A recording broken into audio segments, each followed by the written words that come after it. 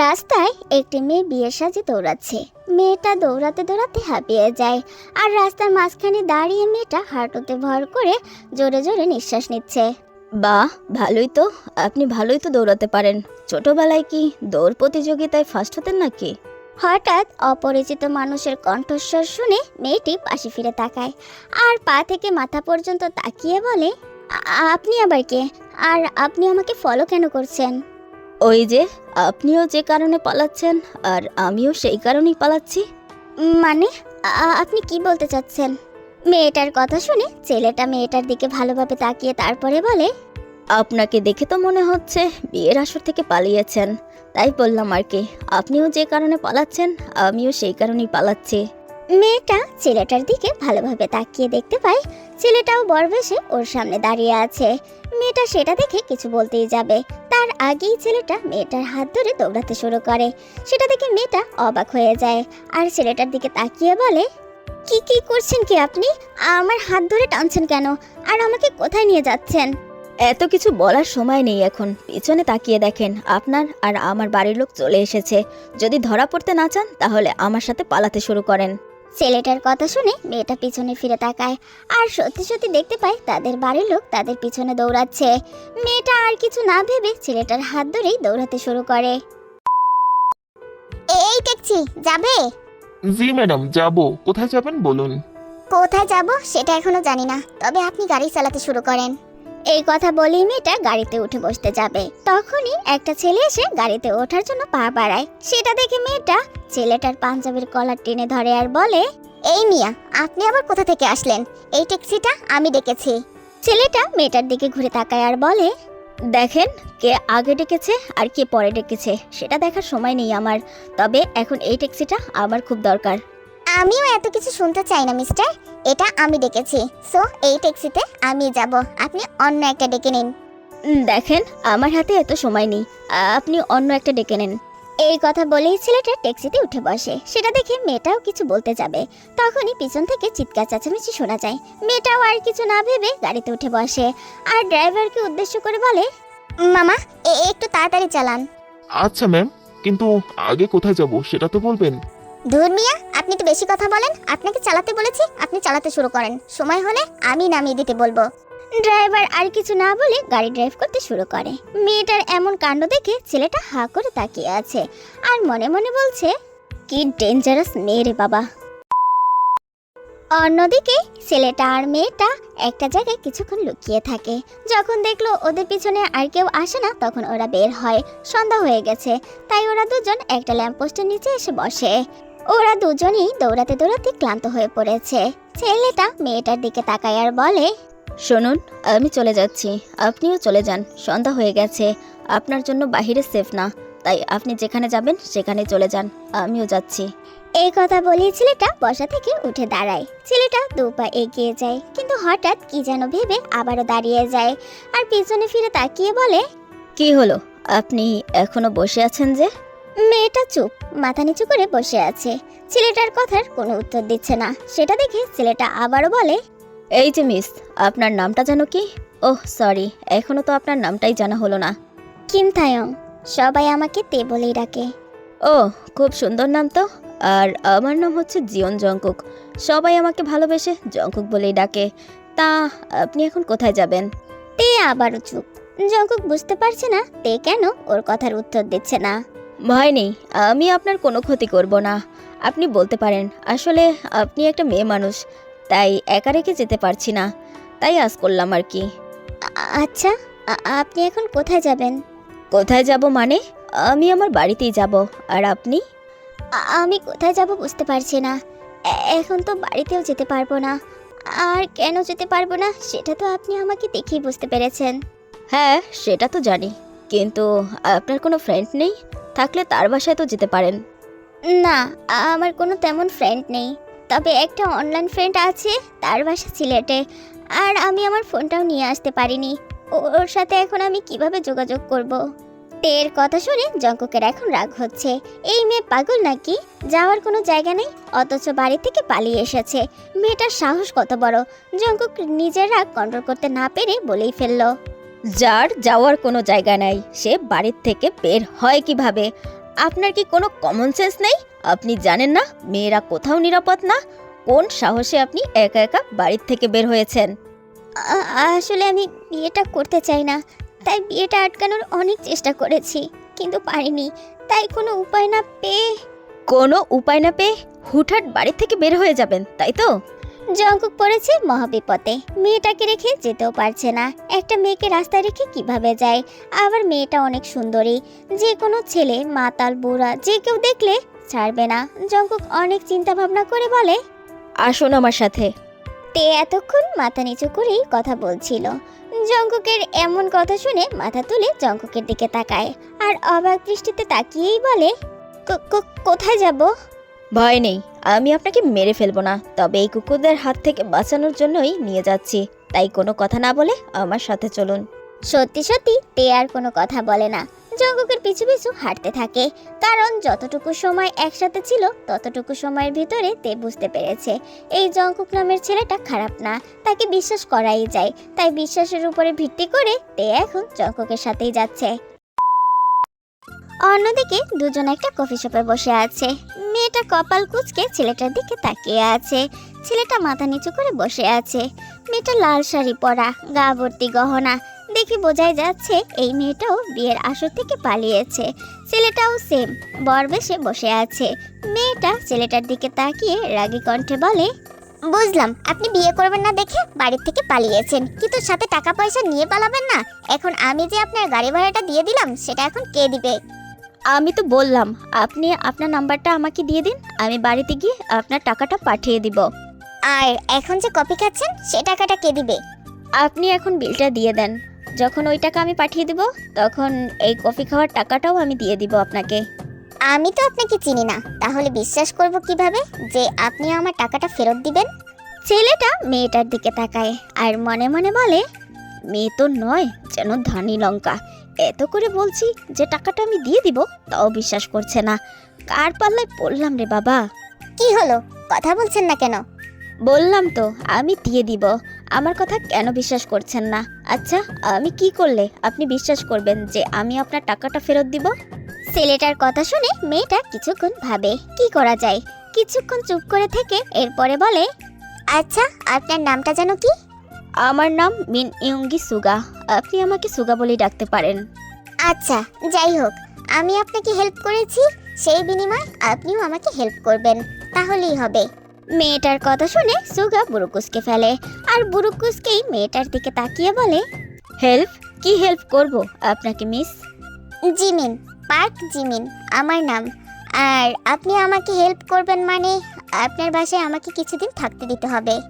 জিমিনের কথা শুনে সুগার চোখ তো বড় বড় হয়ে যায় আর মনে মনে ভাবে, এই মেয়ে এসব কি বলছে? আমার বাসায় যাবে মানে? আপনি আমার বাসায় যাবেন মানে? হ্যাঁ, আপনার বাসায় আমাকে কিছুদিন থাকতে দিতে হবে। যদি আপনি আমাকে থাকতে দিতে রাজি না হন তাহলে আমি আপনাকে পুলিশ দিয়ে ধরিয়ে দিব আর বলবো আপনি আমাকে বিয়ের আসর থেকে কিডন্যাপ করে নিয়ে এসেছেন। জিমিনের কথাগুলো শুনে সুগার মনে হচ্ছে ওর মাথায় এই কফি শপের ছাদটা ভেঙে পড়েছে। কি বলছে এইসব? আমি কখন এই মেয়েটাকে কিডন্যাপ করেছি? উল্টো এই মেয়েটাই তো আমাকে ব্ল্যাকমেল করছে। কি আপনি রাজি তো জেলে যাওয়ার জন্য? আপনি এসব কি বলছেন? আমি আপনাকে কখন কিডন্যাপ করলাম? উল্টো আপনি আমাকে। সেটা শুধু আপনি আর আমি জানি, কিন্তু পুলিশ তো আর জানে না। সুগা এখন কি করবে? এই কোন জ্বালায় ফেসে গেল। এক জ্বালা দিয়ে বাঁচার জন্য পালিয়েছে, কিন্তু এখন তো তার থেকেও বড় জ্বালায় ফেসে গেল। কিন্তু আমি আমার বাবা মাকে কি বলবো? সেটা নিয়ে আপনাকে ভাবতে হবে না, যা বলার আমি বলবো। কিন্তু আপনি কি বলবেন তাদের? ধুর, আপনার কিন্তু কিন্তু বাদ দিন তো, চলেন এখন আপনার বাড়িতে যাওয়া যাক। এই বলেই জিমিন সুগার হাত ধরে কফি শপ থেকে বের হয় সুগাদের বাড়িতে যাওয়ার উদ্দেশ্যে। সত্যি সত্যি সুগার কাছ থেকে ঠিকানা নিয়ে আবারও একটা ট্যাক্সিতে উঠে চলে আসে সুগাদের বাড়ির সামনে। জিমিন গাড়ির থেকে নেমে বাড়িটার দিকে তাকিয়ে বলে, বাহ, আপনি তো দেখছি অনেক বড় লোক, তাহলে সাথে টাকা পয়সা রাখেন না কেন? সুগা জিমিনের কথা শুনেও চুপ করে থাকে, কোনো কথাই বলে না। সেটা দেখে জিমিন আবারও মনে মনে বলে, এই বাটা দেখছি আবারও মুখে তালা লাগিয়েছে। আজকে রাত কি এখানেই দাঁড়িয়ে দাঁড়িয়ে পার করে দিবেন নাকি ভিতরেও যাবেন? সুগা কোনো কথা না বলেই বাসার ভিতরে চলে আসে। জিমিনও সুগার পিছু পিছু আসে আর দরজার সামনে এসে দাঁড়িয়ে বলে, আপনি নক করুন, আমার আম্মা এসে দরজা খুলে দিবে। জিমিন সাথে সাথেই বুড়ো কুচকে ফেলে আর সুগার দিকে তাকিয়ে বলে, আমি নক করবো মানে? তাহলে আপনি কোথায় যাবেন? কই যাব? কোথাও না তো, আমি আছি আপনার পাশে। কথাটা সুগা আমতা আমতা করেই বলে। জিমিন ডোরবেল বাজাতেই দরজা খুলে যায়। একজন অর্ধবয়স্ক মহিলা বেরিয়ে আসেন আর জিমিনকে ভালোভাবে দেখে বলেন, কে তুমি মা? কাকে খুঁজছো? আসসালামু আলাইকুম মা, আমি আপনার একমাত্র ছেলের বউ পার্ক জিমিন। জিমিনের মুখে এমন কথা শুনে ইয়ঞ্জন বেগমের এখন মাথা ঘুরতে শুরু করে। তবুও নিজেকে একটু সামলেই ইয়ঞ্জন বেগম বলেন, মা তুমি হয়তো ভুল ঠিকানায় এসেছো। আমার একমাত্র হতচ্ছাড়া, সে বিয়ে করবে না বলেই তো বিয়ের আসর থেকে পালিয়ে গিয়েছে। সে আবার বিয়ে করে বউ নিয়ে আসবে, সেটা আমি মরে গেলেও বিশ্বাস করব না। জিমিন ইয়ঞ্জন বেগমের কথা শুনে ভাবনায় পড়ে গেল। তাহলে কি সুগা তাকে ভুল ঠিকানায় নিয়ে এসেছে? জিমিন সুগার দিকে তাকায়। ও মা, সুগা কই? সুগা তো জিমিনের পাশে নাই। জিমিন আশেপাশে তাকায়। সেটা দেখে ইয়ঞ্জন বেগম আবারও বলেন, মা তুমি কাকে খুঁজছো? তোমার সাথে কি আর কেউ আছে? মা মানে আন্টি, আপনি আমার পাশে একটা ছেলেকে দেখেননি? ও তো আমার পাশেই দাঁড়িয়েছিল। কই না তো, আমি তো কাউকে দেখিনি। আমি তো শুধু তোমাকে দেখতে পাচ্ছি। জিমিনের এখন রাগ হচ্ছে। বজ্জাত ছেলেটা ওকে ভুল ঠিকানায় নিয়ে এসে এখন আবার কোথায় গেল সেটাই জিমিন বুঝতে পারছে না। জিমিন এখন কি করবে, কোথায় যাবে, কিছুই বুঝতে পারছে না। শেষ একটা ভরসা ছিল, সেটাও গেল। জিমিন তার মাথায় হাত দিয়ে পিছনে ঘুরে দাঁড়ায়। তখন জিমিনের চোখ চলে যায় নিচে আর সাথে সাথেই জিমিনের রাগটা বেড়ে যায়, কারণ সুগা কোথাও যায়নি, এতক্ষণ লুকিয়েছিল জিমিনের পিছনে। জিমিন সেটা দেখে সুগার কান ধরে দাঁড় করিয়ে সামনে নিয়ে আসে। হঠাৎ সুগার কান ধরাতে সুগা বলে ওঠে, কি করছেন কি? আমার লাগছে তো। আন্টি দেখেন তো, এইটা আপনার হতচ্ছাড়া কিনা? সুগা তুই? সুগা তার মাকে সামনে দাঁড়িয়ে থাকতে দেখে মাথা নিচু করে ফেলে। কি বলবে ও এখন? বিয়ের আসর থেকে পালিয়ে গিয়েছে আর এখন আবার বিয়ে করে বউ নিয়ে এসেছে। আন্টি এবার বিশ্বাস করলেন তো আপনার একমাত্র হতচ্ছাড়ার একমাত্র বউ আমি? ইয়ঞ্জন বেগম তার নিজের চোখেই বিশ্বাস করতে পারছেন না, তাই চিল্লিয়ে চিল্লিয়ে সুগার বাবাকে ডাকতে শুরু করেন। ও সুগার আব্বা, দেখে যাও তোমার ছেলে কি করছে। আম্মা তুমি আব্বারে ডাইকো না, তুমি আগে আমার কথাটা শোনো। কি হয়েছে সুগার আম্মা? আমাকে ডাকছো কেন? এই কথা বলতে বলতেই সুবিন সাহেব চলে আসেন দরজার কাছে। আর দরজার কাছে আসতেই সুগার দিকে চোখ চলে যায়। সুগাকে দেখতে পেয়ে সুবিন সাহেব বলে ওঠেন, হতচ্ছাড়া, তুই আবার বাড়িতে আইছিস? যা বের হ, আমার বাড়ির থেকে বের হ। এই বাড়িতে তোর কোনো জায়গা নাই। সুগা তার আব্বার ধমক শুনে চুপ করে দাঁড়িয়ে আছে, মাথা নিচু করে। ও আর কি বলবে, এটা তো হওয়ারই কথা। একটা না, এমন অনেকগুলো বিয়ে ভেঙেছে সুগা। এতদিন যে এই বাড়ির থেকে বের করে দেয়নি, এটাই তো ওর কপাল ভালো। আরে তুমি ওরে পরে বকা দিও, দেখো তোমার ছেলে কাকে নিয়ে এসেছে। সুবিন সাহেবের তো সুগারে দেখেই মাথা গরম হয়ে গেছে, আশেপাশে আর দেখবে কখন। তাই ইয়ঞ্জন বেগমের কথা শুনে সুবিন সাহেবের চোখ চলে যায় জিমিনের দিকে। সুবিন সাহেব জিমিনের দিক থেকে চোখ সরিয়ে ইয়ঞ্জন বেগমের দিকে তাকিয়ে বলে, সুগার আম্মা, এই মাইয়াটা আবার কি? আসসালামু আলাইকুম আব্বা, আমি আপনার একমাত্র হতচ্ছাড়া একমাত্র বউ পার্ক জিমিন। সুবিন সাহেব জিমিনের মুখে বউ কথাটা শুনে সে তো অবাক। যে ছেলে বিয়ে করতে চায় না সেই ছেলে নাকি বিয়ে করে বউ নিয়ে আবার বাড়িতে এসেছে। এটা কি সত্যি নাকি স্বপ্ন দেখছে, সেটাই সে বুঝতে পারছে না সুবিন সাহেব। সত্যি সুগা, তুই বিয়ে করেছিস? আমার তো বিশ্বাসই হচ্ছে না। সুগা চুপ করে দাঁড়িয়ে আছে, কোনো কথাই বলছে না। সুগা কথা বলছে না দেখে ওনারা বুঝে যান সত্যি সুগা বিয়ে করেছেন। সুবিন সাহেব খুশি হয়ে যান, ইয়ঞ্জন বেগম তো মহা খুশি। জিমিনকে তারা ভিতরে নিয়ে আসে। তাদের ছেলে বিয়ে করেছে, এটা তো অবিশ্বাস্য ব্যাপার। জিমিনকে তারা খুব আদর করছে। তাদের মুখে এত খুশি দেখে জিমিন মনে মনে ভাবে, ছেলে বিয়ে করলে কারো ফ্যামিলি এত খুশি হয় সেটা তো আগে জানতাম না। কিন্তু এই বেটা বিয়ে কেন করতে চায় না? দেখে তো মনে হচ্ছে বেটার ভালোই বয়স হয়েছে, 28-29 তো হবেই, তাহলে বিয়ে কেন করছে না? যাই হোক, কয়দিনের জন্য আমার টেনশন তো কমলো, থাকার মতো অন্তত একটা জায়গা পেলাম। এইদিকে জঙ্কুক ডেকে নিয়ে তাদের বাড়িতে চলে আসে। কলিং বেল বাজাতেই আরএম সাহেব এসে দরজা খুলে সামনে দাঁড়ায়। দরজার সামনে জঙ্কুককে দাঁড়িয়ে থাকতে দেখে আরএম সাহেব রেগে যান আর রাগী কণ্ঠে বলতে শুরু করেন, জঙ্কুক, তুমি এই কাজটা কি করে করতে পারলে? তুমি আমাদের মান সম্মানের কথা কি একবারও চিন্তা করলে না? সব কিছু ধুলোয় মিশিয়ে দিয়েছো। কোথায় চলে গিয়েছিলে তুমি, হ্যাঁ? ড্যাড, তুমি ভালো করেই জানো এখানে আমার কোনো দোষ নেই। যা হয়েছে সবকিছু তোমাদের জন্যই হয়েছে। হ্যাঁ, আমরা মিথ্যে বলেছি, তাই বলে তুমি এমনটা করবে? আমাদের মান সম্মানের দিকটাও কি তাকাবে না? সেটা না হয় বাদ দিলাম, কিন্তু তুমি কি আমাদের দিকটাও একটু ভেবে দেখবে না? আরএম সাহেবের কথাটা শেষ হতে না হতেই চোখ পড়ে জঙ্কুকের পিছনে দাঁড়িয়ে থাকা মেয়েটার দিকে। আরএম সাহেব তের থেকে চোখ সরিয়ে জঙ্কুকের দিকে তাকিয়ে বলে, জঙ্কুক, তোমার পিছনে ওই মেয়েটা কে? আর এই মেয়ে, তুমি জঙ্কুকের পিছনে লুকিয়ে আছো কেন? বের হও বলছি, বের হও। আরে তুমি কার সাথে কথা বলছো? কে এসেছে? জিন বেগমও কথা বলতে বলতে দরজার সামনে এসে দাঁড়ায়। এদিকে তেও আরএম সাহেবের ধমক শুনে জঙ্কুকের পিছন থেকে বের হয়ে সামনে এসে দাঁড়ায়। জিন বেগমের চোখ প্রথমেই তের উপরে পড়ে। জিন বেগম তেকে দেখে তের কাছে আসে আর তের থুতনি ধরে উপরের দিকে তুলে বলে, বাহ, খুব সুন্দর মেয়ে তো। কি মিষ্টি চেহারা, মাশাআল্লাহ। কারো নজর না লাগে। জঙ্কুক, এই মেয়েটা কে রে? জিন বেগমের মুখে নিজের প্রশংসা শুনে তে লজ্জা পেয়ে যায়, মাথা নিচু করে দাঁড়িয়ে থাকে। এদিকে জিন বেগমের কথা শুনে আরএম সাহেবও তের দিকে ভালোভাবে তাকায়। লাল শাড়ি, গা ভর্তি গহনা, মাথায় লাল ওড়না। আরএম সাহেব জঙ্কুকের দিকে তাকিয়ে বলে, জঙ্কুক, এই মেয়েটা তো... হ্যাঁ, ও বউ সেজে আছে। তুমি ঠিকই ধরেছো ড্যাড, কারণ আমি বিয়ে করেছি। জিন বেগম, আরএম সাহেব আর সাথে তেও অবাক হয়, আর তিনজনই জঙ্কুকের মুখের দিকে তাকিয়ে থাকে। তুমি বিয়ে করেছো মানে? জঙ্কুকের বাবা, তুমি কি সব কথা দরজার কাছে দাঁড়িয়ে দাঁড়িয়ে জিজ্ঞাসা করবে? সরো তো দরজার সামনে থেকে, ওদের ভিতরে আসতে দাও। এই বলে জিন বেগম তেকে নিয়ে ভিতরে আসে। তবে ভিতরে আসার আগে তে জঙ্কুকের দিকে তাকায়। জঙ্কুক চোখের ইশারাতে তেকে ভিতরে যেতে বলে। তেও জঙ্কুকের ইশারা বুঝতে পেরে বাসার ভিতরে আসে। জিন বেগম তেকে নিয়ে লিভিং রুমের সোফায় বসিয়ে দেয়, তার পাশে তিনিও বসেন। জঙ্কুকও ভিতরে আসে, এসেই সোফার পিঠ এলিয়ে শুয়ে পড়ে। আজ কম দৌড়াদৌড়ি করেনি, এখন খুব ক্লান্ত লাগছে জঙ্কুকের। এইদিকে আরএম সাহেব কিছুতেই হিসাব মিলাতে পারছেন না। সত্যি কি জঙ্কুক বিয়ে করেছে? আরএম সাহেবের এটা বিশ্বাসই হচ্ছে না। তাই জঙ্কুকের সামনে এসে দাঁড়িয়ে আবারও প্রশ্ন করেন, জঙ্কুক, সত্যি করে বলো, তুমি কি সত্যি বিয়ে করেছো নাকি আমাদের মিথ্যে বলছো? জঙ্কুক সোফা থেকে মাথাটা একটু তুলে আরএম সাহেবের দিকে তাকিয়ে বলে, ড্যাড, তোমার প্রবলেমটা কোথায় একটু বলো তো? এতদিন আমার মাথা নষ্ট করে দিয়েছো আমি বিয়ে করি না কেন, আর আজ যখন আমি বিয়ে করে নিয়ে এসেছি এখন আবার শুরু করেছো আমি সত্যি বিয়ে করেছি কিনা। বলো তো তোমরা আসলে কি চাও? তুমি তো ক্লিয়ার করে কিছুই বলছো না। তোমার যদি আগেই পছন্দ করা থাকে তাহলে আমাদের আগে কেন জানাওনি?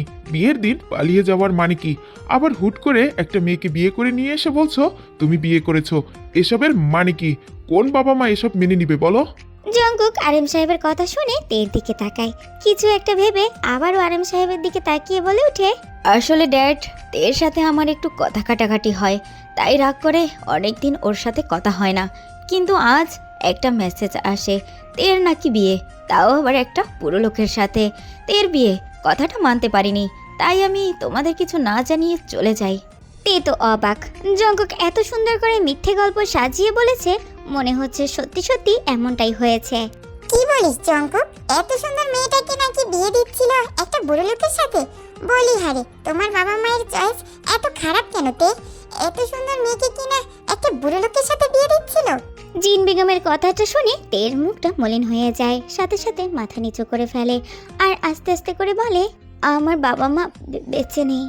এর কথাটা শোনা মাত্রই আরএম, জঙ্কুক, জিন বেগম সবার মুখ কালো হয়ে যায়।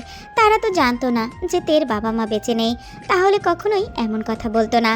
সরি তে, আমি জানতাম না যে তোমার বাবা মা বেঁচে নেই, তাহলে কখনোই এমন কথা বলতাম না। তুমি কষ্ট পেও না তে। না আন্টি, আপনাকে সরি বলতে হবে না, আমি ঠিক আছে। আচ্ছা তে, তাহলে তুমি কাদের কাছে বড় হয়েছো? আর তোমার বাড়িতে কে কে আছে? মা, তুমি এখন কি শুরু করলে? এত কিছু জেনে তুমি কি করবে? তুমি বউ চেয়েছো, তাই তুমি বউ পেয়েছো, আর সেটা নিয়ে খুশি থাকো। তে চলো, আমার খুব টায়ার্ড লাগছে, আর তোমাকেও তো ফ্রেশ হতে হবে তাই না? এই কথা বলেই জঙ্কুক সিঁড়ি দিয়ে উপরের দিকে যেতে থাকে। তে তো এখনো এক জায়গায় বসে আছে, ও কি করবে বুঝতে পারছে না। জিন বেগম সেটা দেখে তের দিকে তাকিয়ে বলে, কি হলো তে মা, তুমি এখনো বসে আছো কেন? যাও জঙ্কুকের সাথে। তে জিন বেগমের কথাটা শুনে জঙ্কুকের পিছু পিছু যেতে থাকে। সেটা দেখে আরএম সাহেব জিন বেগমের কাছে আসে আর বলে, জিনু, তোমার কি সত্যি মনে হয় জঙ্কুক বিয়ে করেছে?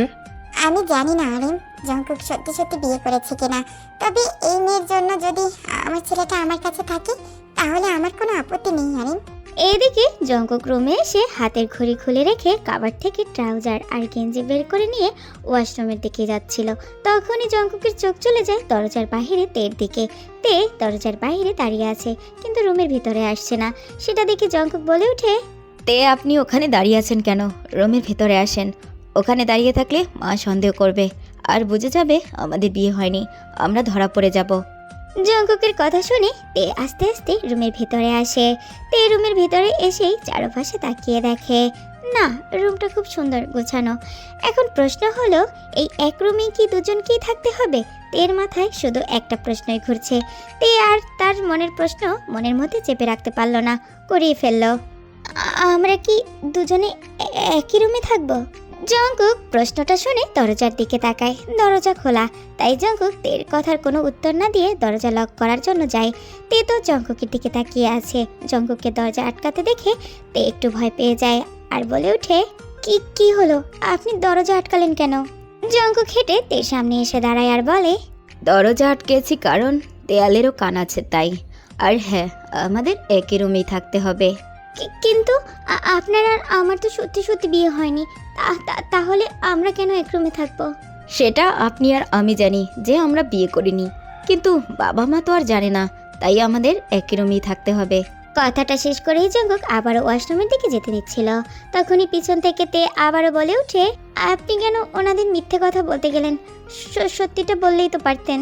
তের এমন কথা শুনে জঙ্কুক দাঁড়িয়ে যায়, পিছনে ফিরে তের দিকে তাকায় আর বলে, আপনি কি মনে করেন সত্যিটা বললে আপনি এখানে থাকতে পারবেন? না, পারবেন না, কারণ আমার মা বাবাকে আমি ভালো করেই চিনি। যদি জানতো আমরা বিয়ে করিনি তাহলে আপনাকে আপনার ফ্যামিলির কাছে ফেরত পাঠিয়ে দিত আর আমাকে আবারও জোর করে বিয়ে করিয়ে দিত। এবার বলুন কোনটা ভালো, সত্যি না মিথ্যে? তে ভাবে যদি তার পরিবারের হাতে তুলে দিত তাহলে আবার জোর করে বিয়ে দিয়ে দিত। না, এখনই বাড়িতে ফেরত দেওয়া যাবে না। জঙ্কুক তেকে ভাবতে দেখে ওয়াশরুমে চলে যায়। তবে তের মাথায় আরও একটা প্রশ্ন ঘুরছে, এই লোকটা কেন বিয়ে করতে চায় না? দেখে তো মনে হচ্ছে 27 থেকে 28 বছর হয়ে গেছে, তাও বিয়ে করতে চাচ্ছে না। কিন্তু কেন? কিন্তু আপনি কেন বিয়ে করতে চান না? তে সামনের দিকে তাকিয়ে দেখে জঙ্কুক নেই। তে আশেপাশে তাকিয়ে কোথাও জঙ্কুকে না দেখতে পেয়ে বিড়বিড় করে বলে, যাক বাবা, এই লোকটা আবার কোথায় গেল? হঠাৎ দরজায় নক করাতে তে একটু চমকে যায় আর পিছনে দরজার দিকে ফিরে তাকায়। তে আস্তে আস্তে দরজার দিকে এগিয়ে দরজা খুলে দেয়। তে দরজা খুলে দেখতে পায় জিন বেগম দাঁড়িয়ে আছে দরজার সামনে। সেটা দেখে তে দরজার সামনে থেকে সরে যায় আর বলে, আন্টি আসুন, ভিতরে আসুন। পাগলি মেয়ে একটা, এখনো কি আমাকে আন্টি বলে ডাকবে? তে একটু লজ্জা পায় জিন বেগমের কথাটা শুনে। জিন বেগম রুমের ভিতরে আসে আর বেডের উপরে অনেকগুলো শাড়ি 3 পিস রাখে আর তের দিকে তাকিয়ে বলে, জানো তে, আমি এই শাড়ি 3 পিসগুলো আমার একমাত্র পুত্রবধূর জন্য নিজে পছন্দ করে কিনেছি, আর তুমি হলে আমার সেই একমাত্র ছেলের পুত্রবধূ। আজ থেকে এগুলো তোমার। তের মুখটার সাথে সাথে কালো হয়ে যায় জিন বেগমের কথাগুলো শুনে, কারণ ও তো সত্যি সত্যি তার ছেলের বউ না আর এগুলো ওর প্রাপ্যও না। কিন্তু সেটা তো ও এখন বলতেও পারবে না। মনে মনে এগুলো ভাবছিল তে। কিন্তু জিন বেগম তের মুখ মলিন দেখে বলেন, কি হলো তে, তোমার কি এগুলো পছন্দ হয়নি? তে তার সব ভাবনা বাদ দিয়ে জিন বেগমের দিকে তাকিয়ে আলতো হেসে বলে, না মা, আমার পছন্দ হয়েছে, খুব পছন্দ হয়েছে, কিন্তু মা আমি তো শাড়ি পরতে পারি না। জিন বেগম তের কথা শুনে খুশি হয়ে যায়। প্রথমত তে মা বলে রেখেছে আর দ্বিতীয়ত তের সব কিছু পছন্দ হয়েছে সেটা ভেবে। তাই মুচকি হেসে জিন বেগম বলেন, দূর বোকামি, তুমি শাড়ি পরতে পারো না তাতে কি হয়েছে, আমি তো পারি, দরকার হলে আমি তোমাকে পরিয়ে দিব। তেও খুশি হয়ে যায় জিন বেগমের কথা শুনে আর খুশি হয়েই বলে, আচ্ছা ঠিক আছে। আচ্ছা তেমা, যখন মনে হয় ফ্রেশ হতে গেছে, আর তুমিও ফ্রেশ হয়ে নাও, আমি তোমাদের জন্য খাবার রেডি করছি। তে আচ্ছা বললেই জিন বেগম রুম থেকে চলে যায় আর তে এক দৃষ্টিতে কাপড়গুলোর দিকে তাকিয়ে আছে। এদিকে জঙ্কুক ফ্রেশ হয়ে ওয়াশরুম থেকে বের হয়ে আসে আর এসে দেখে তে দাঁড়িয়ে আছে কাপড়গুলোর দিকে তাকিয়ে। সেটা দেখে জঙ্কুক বলে, রুমে মা এসেছিল নাকি? তে জঙ্কুকের দিকে তাকায় আর ছোট্ট করে বলে, জঙ্কুক সেটা দেখে আবারও বলে, ও আচ্ছা, তাহলে যান, আপনি এবার ফ্রেশ হয়ে আসেন। তে আর কিছু না বলে জিন বেগমের দেয়া একটা 3 পিস নিয়ে ওয়াশরুমে চলে যায়। এরপর ফ্রেশ হয়ে নিচে এসে সবার সাথে ডিনার করে আবার রুমে চলে আসে। রুমে আসার পরে বাজে এক ঝামেলা, কে কোথায় ঘুমাবে সেটা নিয়ে। বেড তো একটা, রুমে কোনো সোফাও নেই যে তে সেখানে ঘুমাবে। তে দাঁড়িয়ে আছে। জঙ্কুক তেকে দাঁড়িয়ে থাকতে দেখে বলে, কি হলো, দাঁড়িয়ে আছেন কেন? ঘুমাবেন না? আমার বাবা খুব ঘুম পেয়েছে, আমি এখন একটা টানা ঘুম দিব। আজ দৌড়াতে দৌড়াতে খুবই ক্লান্ত। জঙ্কুকের কথাটা শোনা মাত্রই তে জঙ্কুকের দিকে ছোট ছোট চোখে তাকায়। জঙ্কুক থেকে এমন ভাবে তাকিয়ে থাকতে দেখে বলে, এভাবে আমার দিকে তাকিয়ে আছেন কেন? আমার মুখে কি কিছু লেগে আছে নাকি? না, আপনার মুখে কিছুই লেগে নেই, কিন্তু আমি এখন ঘুমাবো কোথায়? জঙ্কুক বুড়োকুসকে ফেলে আর তের দিকে তাকিয়ে বলে, কেন বেডে? জঙ্কুক পুরো কথাটা শেষ না করেই থেমে যায় আর বুঝতে পারে তের কথার মানে। একটা বেড ছাড়া তো আর কিছুই নেই রুমে। যদি ওর বেডের উপরেই ঘুমায় তাহলে তে কোথায় ঘুমাবে? আসলে আমি দেশে থাকি না, তাই আমার রুমে বেড ছাড়া এক্সট্রা কিছু নেই। তবে বেডটা অনেক বড়, আপনার আর আমার হয়ে যাবে। কি বললেন আপনি? আমি আপনার সাথে এক বেডে ঘুমাবো? কখনোই না। হ্যাঁ, একসাথে এক বেডেই ঘুমাবো। সমস্যা কোথায়? আচ্ছা, আমি আপনার সমস্যার সমাধান করে দিচ্ছি। এই বলে জঙ্কুক কাভার থেকে 2টা কোলবালিশ বের করে আর বেডের মাঝখানে রেখেই বলে, এবার চলবে তো? আর এতক্ষণ যখন আমার উপরে বিশ্বাস রেখে এত দূর পর্যন্ত আসতে পেরেছেন, আশা করি সেই বিশ্বাসের মর্যাদা আমি রাখতে পারবো। এতটুকু বিশ্বাস আমার উপরে রাখতে পারেন। কথাটা শেষ করে জঙ্কুক বেডের একপাশে এসে শুয়ে পড়ে। তে এখনো দাঁড়িয়ে আছে আর মনে মনে ভাবছে, ঠিকই তো বলেছে উনি। সে যদি আশ্রয় না দিত হয়তো এতক্ষণ রাস্তায় রাস্তায় থাকতে হতো। এতক্ষণ যখন বিশ্বাস করে এত দূর আসতে পেরেছি, আর একটু বিশ্বাস রাখলে ক্ষতি কোথায়? তে এইসব মনে মনে ভেবে বেডের কাছে আসে। তে বেডের উপরে উঠেছে সেটা জঙ্কুক বুঝতে পেরে তের দিকে তাকায় আর তাকিয়ে জঙ্কুক অবাক হয় আর বলে ওঠে, এসব কি করছেন তে? তেমন কিছু না, আপনার মুখ দেখলে আমার ঘুম হবে না, তাই এই ব্যবস্থা। এইদিকে তে কথাগুলো বলছে আর একটা শাড়ি বেডের মাঝ বরাবর বেঁধে দিচ্ছে। জঙ্কুক শোয়া থেকে উঠে বসে আর বুড়ুকুসকে তের কাণ্ড দেখছে আর বলছে, আমার মুখ দেখলে আপনার ঘুম হবে না মানে? আসলে আমার একা ঘুমানোর অভ্যাস তো, তাই আপনার মুখ দেখলে আমার ঘুম হবে না। জঙ্কুক আর তে দুজনেই শাড়ির এপাশ ওপাশ থেকে কথা বলছে, কারো মুখ কেউ দেখছে না। তে শুয়ে পড়ে, জঙ্কুকও শুয়ে পড়ে। আজ ওরা খুবই ক্লান্ত, তাই দুজনেই কিছুক্ষণ পর ঘুমিয়ে যায়। সকালবেলা জঙ্কুকের ঘুম ভেঙে যায়। জঙ্কুক আড়মোড়া ভেঙে উঠে বসে। উঠে বসতেই জঙ্কুকের চোখ চলে যায় পাশে, তবে সেখানে তে নেই। বিছানা পরিপাটি করে গোছানো। জঙ্কুক একটু ঘাবড়ে যায়, এত সকাল সকাল মেয়েটা আবার কোথায় গেল? জঙ্কুক ওয়াশরুমের দিকে তাকিয়ে দেখে ওয়াশরুমের দরজা খোলা। তাহলে মেয়েটা গেল কোথায়? 6টা বাজে, এখন তো বাসার কেউ ঘুম থেকে উঠেওনি। জঙ্কুক আর কিছু না ভেবে রুম থেকে বের হয় তেকে খোঁজার জন্য। জঙ্কুক তেকে ছাদে খুঁজে, নিচেও খুঁজে, কিন্তু কোথাও দেখতে পায় না তেকে। জঙ্কুক তের কথা ভাবতে ভাবতে বাসার ভিতরে আসে। এই মেয়েটা আবার কোথায় চলে গেল? আমাকে কিছু না বলে হঠাৎ কিচেন থেকে কিছু পড়ার শব্দ আসে। জঙ্কুক দাঁড়িয়ে যায়, কিচেনের দিকে তাকায়। জঙ্কুক ভাবে হয়তো বুয়া এসেছে নাস্তা বানানোর জন্য। এই ভেবেই জঙ্কুক নিজের রুমের দিকে যেতে নেয়। 2-3টা সিঁড়িতে ওঠার পরেই জঙ্কুক আবারও দাঁড়িয়ে যায়। 1 মিনিট, বুয়া তো আসে 7টা বাজে, তাহলে কিচেনে এখন কে আছে? তে নয় তো? জঙ্কুক আবারও সিঁড়ি দিয়ে নেমে কিচেনের সামনে আসে আর এসে দেখে একটি মেয়ে দাঁড়িয়ে আছে পিছন ঘুরে। জঙ্কুক সেটা দেখে বুঝতে পারে এটাতে আর কেউ না। তে? জঙ্কুকের ডাক শোনা মাত্রই তে পিছন ঘুরে তাকায়। হ্যাঁ, এখানে তেই আছে, কিন্তু তে পিছনে তাকানোর সাথে সাথেই যেন জঙ্কুক ভূত দেখার মতন ভয় পেয়ে যায়। তে, কি করছেন কি আপনি? কি আবার, দেখতে পাচ্ছেন না আমি ব্রেকফাস্ট বানাচ্ছি? তের কথাটা শোনা মাত্রই জঙ্কুক অট্ট হাসিতে ফেটে পড়ে। তে জঙ্কুককে এভাবে হাসতে দেখে অবাক হয়ে যায়, তাকিয়ে থাকে জঙ্কুকের মুখের দিকে। তে বুঝতে পারছে না জঙ্কুক কেন এমন হাসছে। জঙ্কুক তার হাসিটা অনেক কষ্টে একটু থামায় আর বলে, তা তো আপনার ফেস দেখেই বোঝা যাচ্ছে। তে বুড়ুকুসকে জঙ্কুকের দিকে তাকায় আর হাত দিয়ে গাল মুছতে মুছতেই বলছে, কেন, আমার মুখে কি আছে যেটা দেখে আপনার এমন হাসি পাচ্ছে? আপনি নিজেই দেখে নিন। এই বলেই জঙ্কুক তের হাত ধরে বেসিং এর আয়নার সামনে নিয়ে আসে। তে তে সামনের দিকে তাকাতেই অবাক হয়ে যায় নিজের ফেজের এমন অবস্থা দেখে। গালে, নাকে, কপালে সব জায়গায় আটা লেগে আছে। তে আয়না থেকে চোখ সরিয়ে জঙ্কুকের দিকে তাকায়, যে এখনো ওকে দেখে হেসেই যাচ্ছে। জঙ্কুক এভাবে ওকে দেখে হাসছে দেখে তে গাল ফুলিয়ে ফুলিয়ে বলে, কি এমন হয়েছে? শুধু তো একটু আটাই লেগেছে, তাই দেখে আপনি এত হাসবেন? হাসবো না কি করব, আপনাকে দেখতে এখন দারুণ লাগছে, পুরো একটা পেতনির মতো। জঙ্কুকের মুখের দিকে তাকিয়ে আছে। তের আর সহ্য হচ্ছে না জঙ্কুকের হাসি দেখতে। হঠাৎ তের মাথায় দুষ্ট বুদ্ধি খেলে যায়। তের হাতে লেগে থাকা আটা জঙ্কুকের গালে লাগিয়ে দেয়। জঙ্কুকের গালে আটা লাগার সাথে সাথেই জঙ্কুকের হাসি বন্ধ হয়ে যায়, কিন্তু এখন তে হাসতে শুরু করে। জঙ্কুকের মুখের অবস্থা দেখে, তেকে এমন হাসতে দেখে জঙ্কুক তের মুখের দিকে তাকিয়ে থাকে। এই প্রথম তেকে জঙ্কুক হাসতে দেখলো। হঠাৎ জঙ্কুকের কি হলো কে জানে, কণ্ঠস্বর গম্ভীর করে বলে ওঠে, এত হাসার কি হলো? আর আপনি এত সকাল সকাল কিচেনে কি করছেন?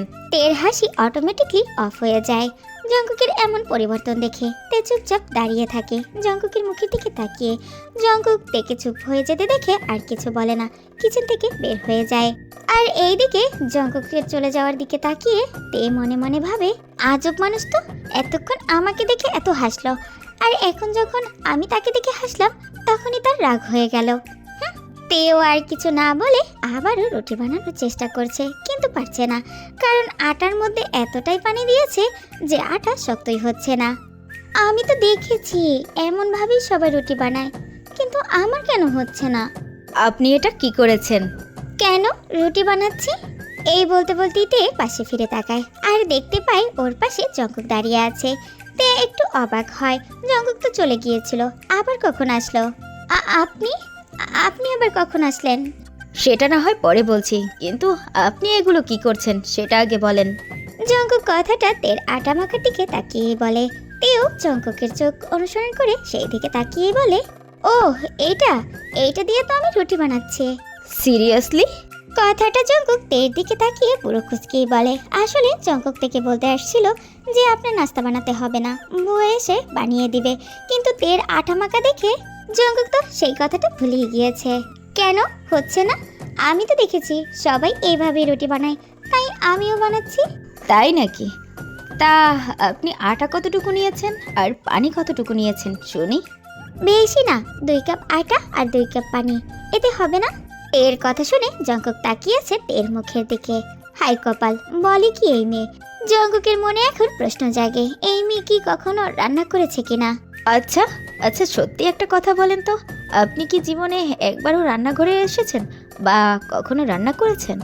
জঙ্কুকের এমন প্রশ্ন শুনে তে মাথা নিচু করে ফেলে আর আস্তে করে বলে, সত্যি কথা বলতে না, আমি কখনো কিচেনে যাইনি, আর না কখনো রান্না করেছি। কি, আপনি কখনো রান্নাই করেননি? অবাক দৃষ্টিতে জঙ্কুক তের দিকে তাকিয়ে আছে আর মনে মনে বলছে, এমন মেয়েও বাংলাদেশে আছে যে কিনা এখনো কিচেনেই যায়নি। জঙ্কুক আরো ভাবে, এই মেয়ের হাতের নাস্তা বানানো খাওয়া তো দূরের কথা, হয়তো বা আজ সারাদিন না খেয়েও থাকতে হতে পারে। ভাগ্যিস বিয়ে করেনি, তা না হলে সেও যদি এমন রান্না করতে না পারতো তাহলে তো সারা জীবন ওকেই রান্না করে খাওয়াতে হতো। আল্লাহ যা করে ভালোর জন্যই করে। হ্যাঁ, বুঝতে পেরেছি, এখন সরুন, আমি দেখিয়ে দিচ্ছি আটা কিভাবে মাখতে হয়। এই বলে জঙ্কুক হাত ধুয়ে তের মেখে রাখা আটার মধ্যে আরো আটা দিয়ে মাখতে শুরু করে। সেটা দেখে তে জঙ্কুককে বলে, আপনি রান্নাও করতে পারেন? হ্যাঁ পারি, কারণ আমি অনেক বছরই দেশের বাইরে থাকি, সেখানে নিজেকেই রান্না করে খেতে হয়। এখন এত কথা না বলে দেখেন কিভাবে রুটি বানায়। তেও আর কিছু বলে না, তবে মনে মনে নিজেকে ধিক্কার জানায়। ছি ছি তে, একটা মেয়ে হয়ে রান্না করতে পারিস না, আর একটা ছেলে হয়ে সবই করতে পারে। এইদিকে জিন বেগম নিচে আসে, আজ বুয়া আসবে না বলে, তার নাকি জ্বর হয়েছে, তাই নিজেই চলে আসে নাস্তা বানানোর জন্য। কিন্তু জিন বেগম কিচেনের সামনে এসে দাঁড়িয়ে যায়। টিয়া জঙ্কুককে কিচেনে দেখে জিন বেগম অনেক খুশি হয়ে যায় আর মনে মনে বলে, আমি তো এটাই চেয়েছিলাম, আমার ছেলে আর ছেলের বউ আমার চোখের সামনে থাকবে সারা জীবন। সত্যি আজ আমি অনেক খুশি। যাই আরেমকে সুখবরটা দিয়ে আসি। জিন বেগম আর দাঁড়ায় না, সোজা চলে যায় তাদের রুমে। এইদিকে জিমিন সকালে নাস্তা বানিয়ে টেবিলের উপরে সবকিছু গুছিয়ে রেখে আবার রুমে আসে আর এসে দেখে সুগা এখনো ঘুমিয়ে আছে। জিমিনের মাথায় রাগ উঠে যায়, কারণ জিমিন সুগাকে অনেকবার ডেকেছে, তবে সুগা উঠছেই না। এতক্ষণে জিমিন এটা বুঝে গেছে এই বেটা অনেক অলস, কোনো কাজেরই না। জিমিন এক গ্লাস পানি নিয়ে এসে ঘুমন্ত সুগার মুখে ছুঁড়ে মারে।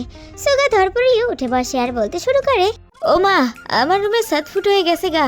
এই বলেই সুগা উঠে বসে উপরের দিকে তাকায়, কিন্তু উপরে তো সব ঠিকঠাকই আছে, তাহলে ওর গায়ে পানি কি করে এলো সেটাই সুগা বুঝতে পারছে না। সুগা একবার উপরের দিকে তাকাচ্ছে, আবার একবার নিচের দিকে তাকাচ্ছে, আবার উপরের দিকে তাকাচ্ছে, আবার নিচের দিকে তাকাচ্ছে। সুগার এমন কাণ্ড দেখে জিমিন পাশ থেকে বলে ওঠে, অলস বিলাই, ওই দিকে না এই দিকে তাকান। জিমিনের কণ্ঠস্বর শুনে সুগা পাশে ফিরে তাকায় আর দেখতে পায় জিমিন গ্লাস হাতে নিয়ে দাঁড়িয়ে আছে। এখন আর বুঝতে বাকি থাকে না এই কাজ কে করেছে। সুগার রাগ উঠে যায় আর বলে ওঠে, মিস গুন্ডি, আপনি কেন আমার মুখে পানি মারলেন? তো কি করব, আপনাকে আমি কতবার ডেকেছি, আপনি উঠলেন না কেন? তাই বলে আপনি আমার গায়ে পানি দিবেন? হ্যাঁ দিব, আর যদি বেশি কথা বলেন তাহলে আরো বেশি দিব। জিমিনের কথা শুনে সুগা চুপ হয়ে যায়, কারণ জানে এই মেয়ে যেটা বলে সেটাই করে। কাল রাতেই তো বুঝতে পেরেছে এই মেয়ের সাথে লেগে লাভ নেই। আসলে কাল রাতের বেলা বেড নিয়ে দুজনের মধ্যে ঝামেলা হয়েছিল। সুগা বলে ও নাকি বেডে ঘুমাবে, জিমিনও বলে ও নাকি বেডে ঘুমাবে, তাতে সুগা রাজি হয় না। এই নিয়ে অনেকক্ষণ ঝগড়া হয়। জিমিন বলে সুগা যদি ওর কথা না শুনে তাহলে পুলিশ দিয়ে ধরিয়ে দিবে, জিমিনের বিয়ের আসর থেকে তুলে আনার অপরাধে। তখন সুগা আর কিছু বলে না, শান্ত হয়ে যায় আর সোফায় যেয়ে শুয়ে পড়ে। আর জিমিন খুশি খুশি মনে বেডে এসে শুয়ে পড়ে। সুগাকে এমন চুপচাপ বসে থাকতে দেখে জিমিন বাঁকা হাসে আর বলে, যান এখন ফ্রেশ হয়ে আসেন, আর আজ থেকে আপনি অফিসে যাবেন আর বাবা বাসায় থাকবে। এই কথা বলেই জিমিন রুম থেকে বের হতে নেয়। তখনই সুগা পিছন থেকে আবারও বলে ওঠে, আমি অফিসে যাব মানে? কি বলছেন আপনি? জিমিন দাঁড়িয়ে যায় সুগার কথাটি শুনে আর জিমিনের দিকে তাকিয়েই বলে ওঠে, হ্যাঁ আজ থেকে আপনি অফিস সামলাবেন, কারণ আপনি তাদের একমাত্র ছেলে। বাবার বয়স হয়ে গেছে, সে আর কতদিন বা সামলাতে পারবে। জিমিন আর দাঁড়ায় না, রুম থেকে বের হয়ে যায়। জিমিনের চোখে পানি চলে আসে, কারণ বাবা না থাকার কষ্টটা জিমিন ভালো করেই জানে। আসলে কাল রাতে রুমে পানি ছিল না, তাই সুগাকে পানি আনার জন্য বলতে চেয়েছিল, কিন্তু তাকিয়ে দেখে সুগা ঘুমিয়ে পড়েছে। তাই আর না ডেকে নিজেই নিচে চলে আসে পানি নেওয়ার জন্য। পানি নিয়ে যখন সুবিন সাহেব আর ইউনজন বেগমের রুমের সামনে দিয়ে যাচ্ছিল, তখন শুনতে পাই সুবিন সাহেবের শরীর ভালো না। এই কথাটা শোনার পরে জিমিনের খুব খারাপ লাগে, তাই মনে মনে ঠিক করে এই বাড়িতে সে যতদিন থাকবে ততদিন তাদের খেয়াল রাখবে আর এই অলস বিলাইটাকেও সোজা করে ছাড়বে। আর জিমিন এসব ভাবতে ভাবতেই ডাইনিং টেবিলের কাছে চলে আসে আর সবার জন্য খাবার সাজাতে শুরু করে। তখনই ইউনজন বেগম চলে আসে আর এসে দেখে জিমিন খাবার সাজাচ্ছে। জিমিন মা, তুমি এখানে কি করছো? হঠাৎ ইউনজন বেগমের কণ্ঠস্বর শুনে জিমিন একটু চমকে যায় আর পিছনে তাকিয়েই বলে, ও মা আপনি বসুন, বাবা কোথায়? বাবা কি নাস্তা করবে না? হ্যাঁ তোমার বাবা নাস্তা করবে, কিন্তু নাস্তা? ইউনজন বেগমের চোখ চলে যায় টেবিলের দিকে, যেখানে ভাত, মাছ, গোশ আর সবজি সাজিয়ে রাখা। খাবারগুলোর দিকে চোখ সরিয়ে ইউনজন বেগম জিমিনের দিকে তাকিয়েই বলে, এগুলো কি তুমি রান্না করেছো জিমিন মা? জি মা, আমি রান্না করেছি। জিমিন মা, তুমি রান্না করতেও পারো? জি মা, একটু একটু পারি। শাশুড়ি আর বৌমা মিলে কি এত আলোচনা করছো শুনি? সুবিন সাহেবের কথা শুনে দুজনেই পিছনে ঘুরে তাকায় আর সুবিন সাহেব সিঁড়ি দিয়ে নেমে এসে ওদের সামনে এসে দাঁড়িয়েই বলে, তা সকাল সকাল কি এত আলোচনা নিয়ে বসলে তোমরা? দেখো না তোমার বৌমা কি করেছে। কই দেখি আমার বৌমা আবার কি করেছে? সুবিন সাহেব টেবিলের দিকে তাকায় আর টেবিলের সব খাবারগুলো দেখে খুশি হয়ে যান আর জিমিনের দিকে তাকিয়েই বলেন, বাহ দারুণ তো, এগুলো কে রান্না করেছে বৌমা? তুমি করেছো? জি বাবা, আসলে আমি তো জানি না আপনারা সকালে কি খাবেন, তাই হাতের কাছে যা পেয়েছি তাই করেছি। আচ্ছা, যা করেছো খুব ভালো করেছো, এখন খেয়ে দেখা যাক কেমন হয়েছে। সুবিন সাহেব মুচকি হেসে কথাটা বলেই খেতে বসেন। ইউনজন বেগমও বসেন, সাথে জিমিনকে নিয়েও বসেন। সুবিন সাহেব খাবারগুলো মুখে দিতেই আরো খুশি হয়ে যান, কারণ সত্যি খাবারগুলো অনেক টেস্টি হয়েছে। সুবিন সাহেব খাবারগুলো খেতে খেতেই বলেন, আমার একমাত্র হতচ্ছাড়া এখনো পড়ে পড়ে ঘুমাচ্ছে তাই না? না বাবা, সে ঘুম থেকে উঠেছে। জিমিনের কথাটা শুনে সুবিন সাহেব ইউনজন বেগম দুজনেই অবাক হয়ে জিমিনের দিকে তাকিয়ে থাকে। এর মধ্যে সুগাও চলে আসে, সেটা দেখে সুবিন সাহেব বলেন, আজ সূর্য কোন দিক থেকে উঠেছে ইয়ঞ্জন? আমি কি ভুল দেখছি নাকি ঠিকই দেখছি? প্রতিদিন যে দিক থেকেই সূর্য ওঠে আজও সেই দিক থেকেই উঠেছে আব্বা। আপনি মনে হয় ভুল দেখেছেন। না না, আমি ঠিক দেখেছি। আজ সূর্য পশ্চিম দিক থেকেই উঠেছে। তা না হলে আজ এত তাড়াতাড়ি ঘুম থেকে ওঠা, আবার আমাদের সাথে বসে নাস্তা করা, এটা অসম্ভব ব্যাপার। হয়েছে, এবার তোমরা থামো আর দুজনেই খেতে শুরু করো। জিমিন এত কষ্ট করে খাবারগুলো রান্না করেছে, সেগুলো তো ঠান্ডা হয়ে যাবে। সুগা ইয়ঞ্জন বেগমের কথাটা শুনে একটু অবাক হয় আর বলে, কি বললে আম্মা? মিস গুন্ডি রান্না করেছে? মিস গুন্ডি? মিস গুন্ডি আবার কে সুগা? ইয়ঞ্জন বেগম বুড়ুকুসকে সুগার দিকে তাকিয়ে কথাটা বলেন। সুগা থতমত খেয়ে যায়। সুগা বুঝতে পারে ভুল জায়গায় ভুল কথা বলে ফেলেছে। সুগা জিমিনের দিকে তাকায়, যে কিনা রাগী চোখে ওর দিকেই তাকিয়ে আছে। জিমিনের দিক থেকে চোখ সরিয়ে আমতা আমতা করেই বলে, তো তুমি ভুল শুনেছো আম্মা, আমি মিস জিমিন বলেছি। ও তাই বল, আমি শুনলাম তুই গুন্ডি বলেছিস। যাই হোক, এখন খেতে শুরু কর। জিমিন না অনেক সুন্দর রান্না করতে পারে, খেয়ে দেখ। সুগা আর কিছু না বলে খেতে বসে যায়। সবাই আবারও খেতে শুরু করে। সুগাও খাচ্ছে, তবে সুগার খাবারগুলো বেশ ভালোই লেগেছে। বাহ, মিস গুন্ডি তো ভালোই রান্না করতে পারে। আর মনে মনে সুগা জিমিনের রান্নার প্রশংসা করছে। বাবা, আজ থেকে আপনার ছেলে অফিসে যাবে আর আপনি বাসায় রেস্ট নেবেন। জিমিনের কথা শোনা মাত্রই সুগার কাশি উঠে যায়। এদিকেও সুবিন সাহেব ইয়ঞ্জন বেগম অবাক হয়ে তাকিয়ে আছে। তারা তো আজ চমকের উপরে চমক পাচ্ছে। যে ছেলে একদিন অফিসে গেলে 3 দিন যায় না, সেই ছেলে কিনা আজ থেকে সবসময় অফিসে যাবে, তারা তো বিশ্বাসই করতে পারছে না। জিমিন মা, তুমি কি বললে? সুগা আজ থেকে অফিসে যাবে? হ্যাঁ বাবা, আমি ঠিকই বলেছি। আপনার বয়স হয়েছে, আর কতদিন সবকিছু একা হাতে সামলাবেন?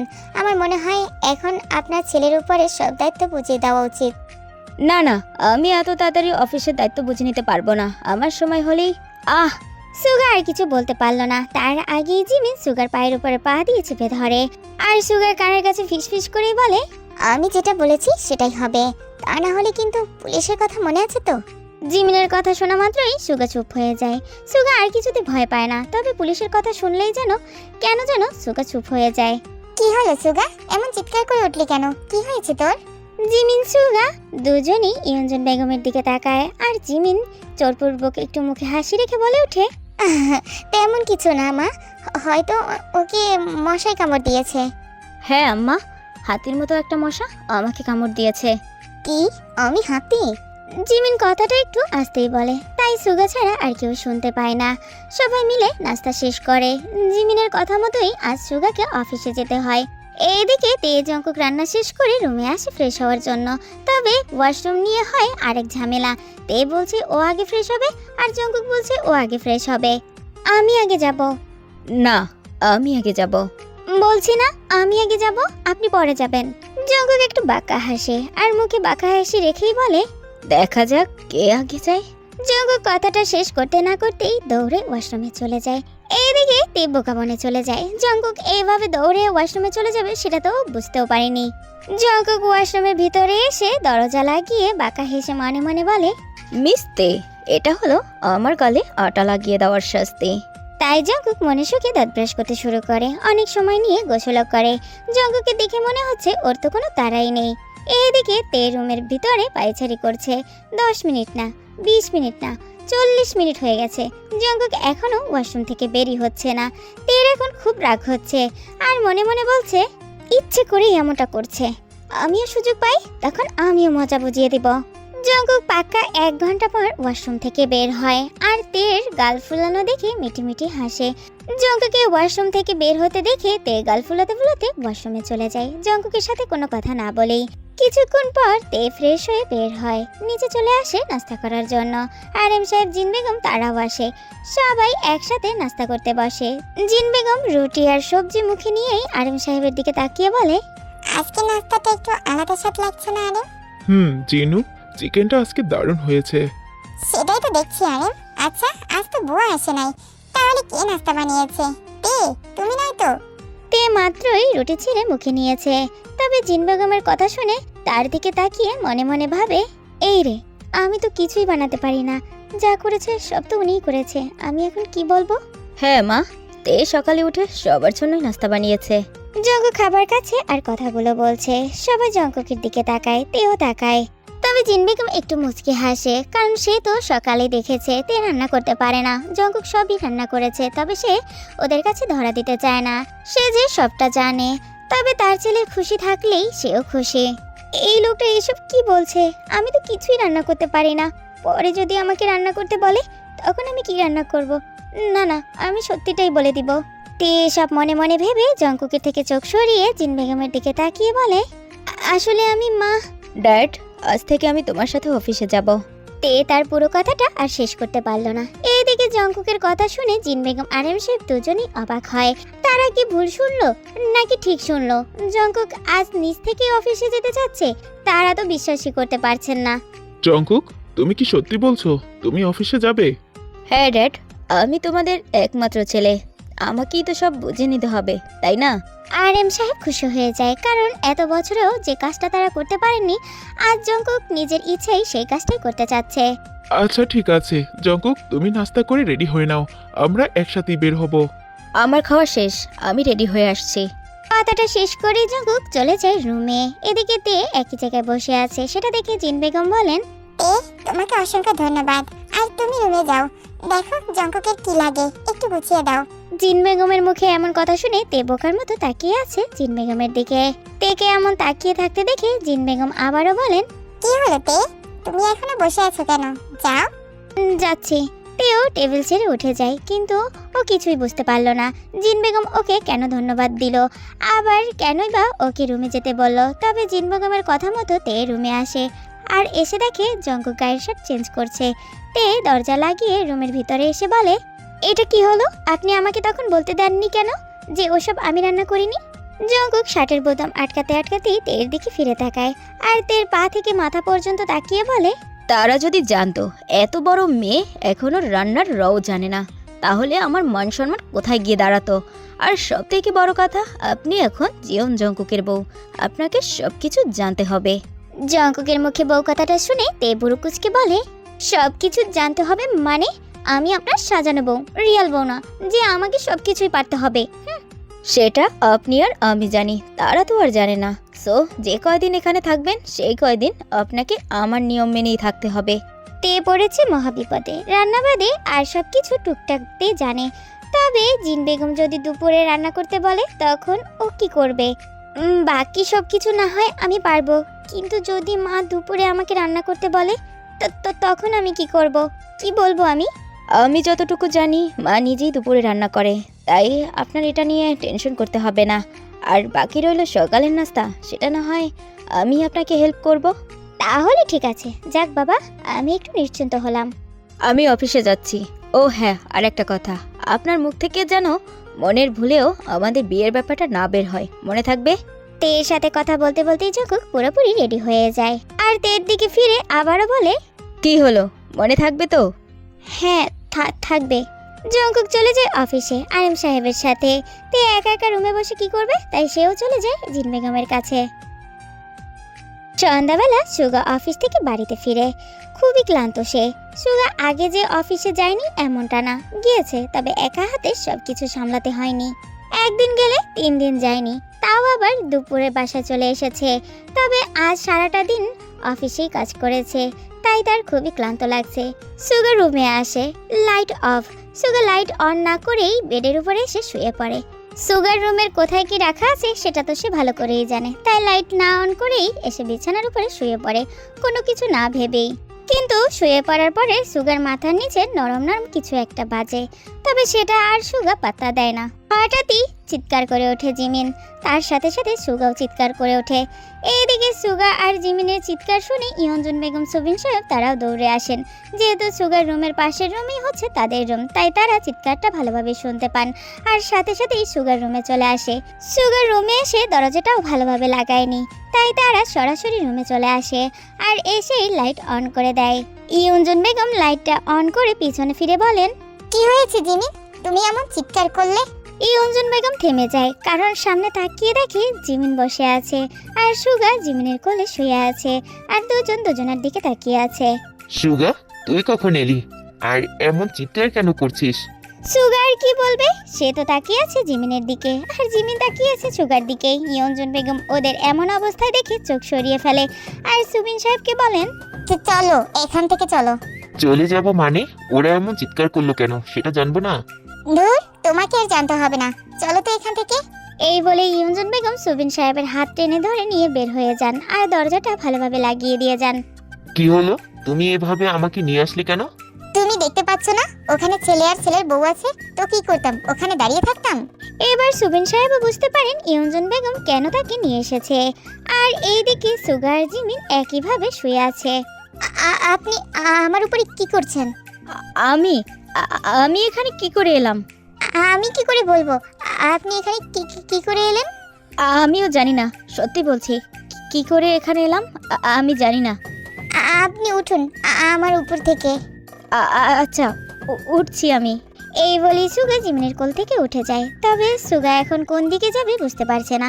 সুগা আর কিছু না ভেবেই ওয়াশরুমে চলে যায়। জিমিন সুগার এমন কাণ্ড দেখে মনে মনে বলে, আজব মানুষ তো।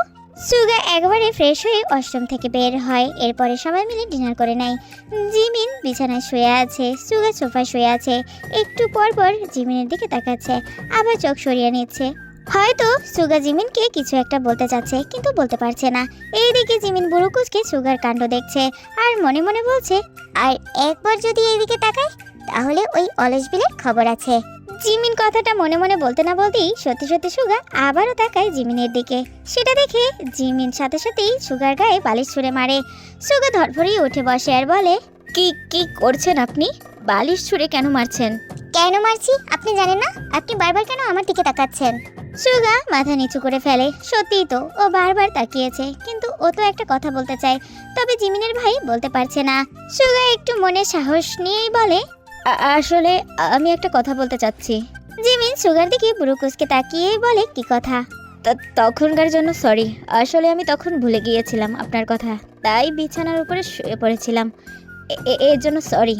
সুগার কথা শুনে জিমিনের কেমন কেমন যেন লজ্জা লজ্জা করছে। এমন একটা সিচুয়েশনে পড়বে সেটা তো জিমিনও বুঝতে পারেনি। আগে জানলে তো রুমের লাইটটা অন করে রাখতো। জিমিন সুগার দিক থেকে চোখ সরিয়ে বেডে শুয়ে পড়ে আর আস্তে করেই বলে, ইটস ওকে, আমি সেটা বুঝতে পেরেছি, আপনাকে আর সরি বলতে হবে না।